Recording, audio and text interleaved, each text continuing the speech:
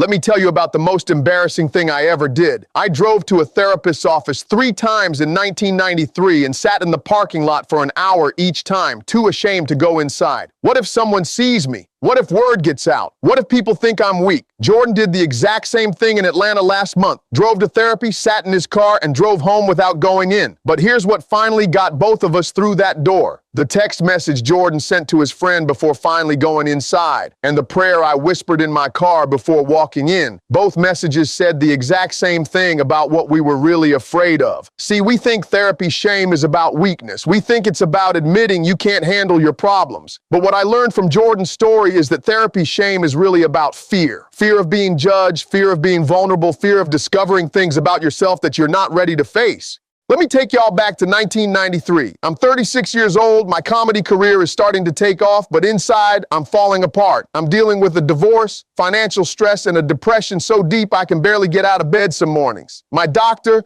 Dr. Williams, an older black man I respected, looks at me during a routine checkup and says, "Steve, when's the last time you felt genuinely happy?" I try to brush it off. "Doc, I'm a comedian. I make people happy for a living." He's not buying it. "That's not what I asked. When's the last time you felt happy?" I sit there for 5 minutes and realize I can't remember. Not a single moment of genuine happiness in months. "Steve," Dr. Williams says, "I think you should consider talking to someone. A professional counselor." Y'all, my whole body tensed up. "Doc, I don't need a shrink. Black men don't do therapy. We pray, we work hard, we figure it out." But Dr. Williams, bless his heart, he writes down an address on a piece of paper. Her name is Dr. Patricia Johnson. She's helped a lot of people who felt exactly like you feel right now. I take that paper, crumple it up in my car, and throw it in the glove compartment, but the depression gets worse. I'm having panic attacks during comedy shows. I'm snapping at my kids. I'm isolating myself from everyone I care about. 2 weeks later, I dig that crumpled paper out of my glove compartment and drive to the address. First time, I sit in my car for an hour watching people go in and out of this building. What if someone from the comedy club sees me? What if this gets out? My career will be over. I drive home. Second time, a week later, I make it to the parking lot again. This time I even get out of the car and walk to the building entrance. But then I see this man in a suit walking in and I panic. And what if he knows me? What if he tells someone? I turn around and drive home. Third time, I'm sitting in that parking lot, engine running, ready to leave again. But something inside me breaks. I start crying right there in my car and I whisper a prayer. "God, I'm scared people will think I'm weak if I go in there. But I'm more scared of what happens if I don't." That prayer gave me the strength to walk through those doors. Now fast forward to last month. I'm in Atlanta doing a men's mental health awareness event, and during the Q&A, this young man raises his hand. "Mr. Harvey," he says, "how do you get help when getting help feels harder than staying broken?" After my talk, he approaches me. His name is Jordan Thompson. He's 28 years old, works in tech, lives alone in a nice apartment in Buckhead. From the outside, his life looks perfect. "Mr. Harvey," Jordan tells me, "I've been struggling with anxiety and depression for 2 years. It started during COVID, but it's gotten worse. I can barely sleep. I'm having panic attacks at work, and I've isolated myself from all my friends." Jordan describes the same symptoms I had 30 years ago. The constant worry, the feeling of drowning even when everything looks fine on the surface,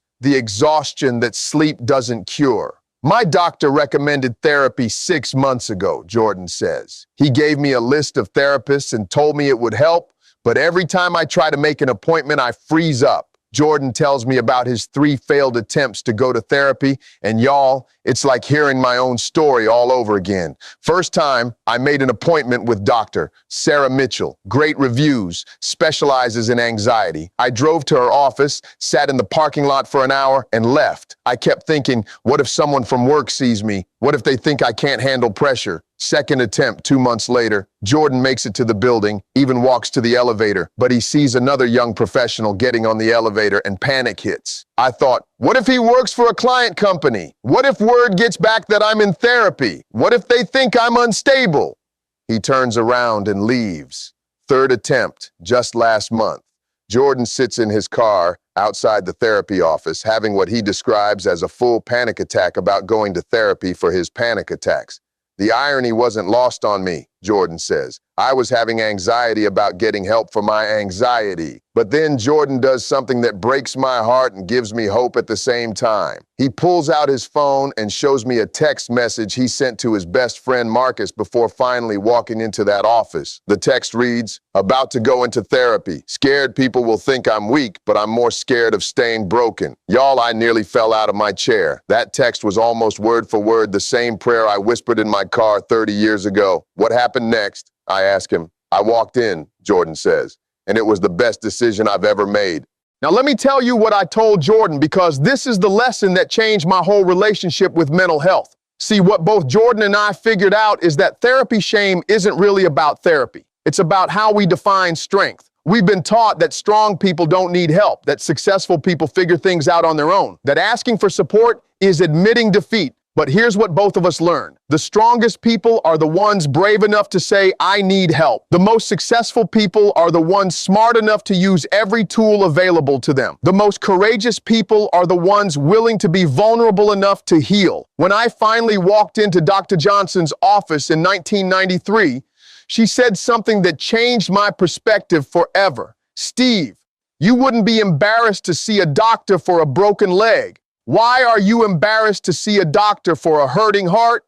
Jordan's therapist, Dr. Mitchell, told him something similar. Jordan, seeking therapy doesn't mean you're broken. It means you're committed to being whole. Both of us had to learn that mental health is health, period. You don't apologize for taking care of your body, and you shouldn't apologize for taking care of your mind. Y'all want to know what happened after I finally started therapy? Dr. Johnson helped me understand that my depression wasn't a character flaw. It was a medical condition that could be treated. She taught me coping strategies for anxiety, helped me process my divorce trauma, and gave me tools to manage the pressures of my career. But most importantly, she helped me realize that getting help made me stronger, not weaker. The insights I gained in therapy made me a better comedian, a better father, and a better man. 6 months of therapy in 1994 saved my life and my career. The emotional stability I gained helped me make better decisions, build better relationships, and handle success when it came. And every person who benefits from my comedy, my hosting, my advice, they're benefiting from the work I did in that therapist's office 30 years ago. Jordan's been in therapy for 3 months now, and the transformation is remarkable. His anxiety is manageable, his sleep has improved, and he's reconnected with friends he'd isolated himself from. Mr. Harvey, Jordan tells me, therapy didn't just help me feel better, it helped me become better. I'm more self-aware, more emotionally intelligent, more capable of handling stress. But here's the beautiful part. Both Jordan and I have become advocates for mental health in our communities. Jordan started a men's mental health support group at his company. I've talked openly about therapy in interviews and comedy specials. We both learned that the shame we felt about getting help was nothing compared to the pride we feel about being whole. So here's your homework, and this is for everyone who's been struggling but too proud or scared to get help. First, understand that mental health is health. You wouldn't ignore a broken bone, don't ignore a broken spirit. Depression, anxiety, trauma, these are medical conditions that respond to treatment. Second, remember that asking for help is a sign of intelligence, not weakness. Smart people use every resource available to them. Therapy is just another tool in your toolkit for living your best life. Third, find a therapist the same way you'd find any other healthcare provider. Ask for referrals, read reviews, interview potential therapists until you find someone you connect with. Fourth, prepare for resistance from people who don't understand. Some family members, friends, or community members might not support your decision to get therapy. That's their limitation, not yours. Fifth, give therapy time to work. Just like physical therapy for an injury, mental health therapy takes time and consistency. Don't expect overnight miracles, but do expect steady progress. If you're sitting in a parking lot right now, too scared to walk into a therapist's office, remember this: every person in that building is there for the same reason you are. They want to feel better, live better, be better. Jordan learned what I learned 30 years ago. The courage to get help is the same courage that leads to healing. The vulnerability required for therapy is the same vulnerability that creates authentic relationships. Your mental health matters. Your emotional well-being is worth fighting for. Your peace of mind is worth the temporary discomfort of admitting you need support. So stop sitting in that parking lot of shame and walk through those doors of healing. Stop letting pride keep you sick and let humility make you whole. The text Jordan sent his friend and the prayer I whispered in my car were both saying the same thing. I'm more afraid of staying broken than I am of being judged for getting fixed. Your breakthrough is waiting on the other side of that door. Your healing is more important than your reputation. Your wellness is worth more than other people's opinions. Take care of your mind the same way you take care of your body. Get the help you need, deserve, and have every right to receive. Y'all remember that. Therapy isn't about being weak. It's about being wise enough to get strong. And sometimes the bravest thing you can do is admit you need help becoming the person you're meant to be.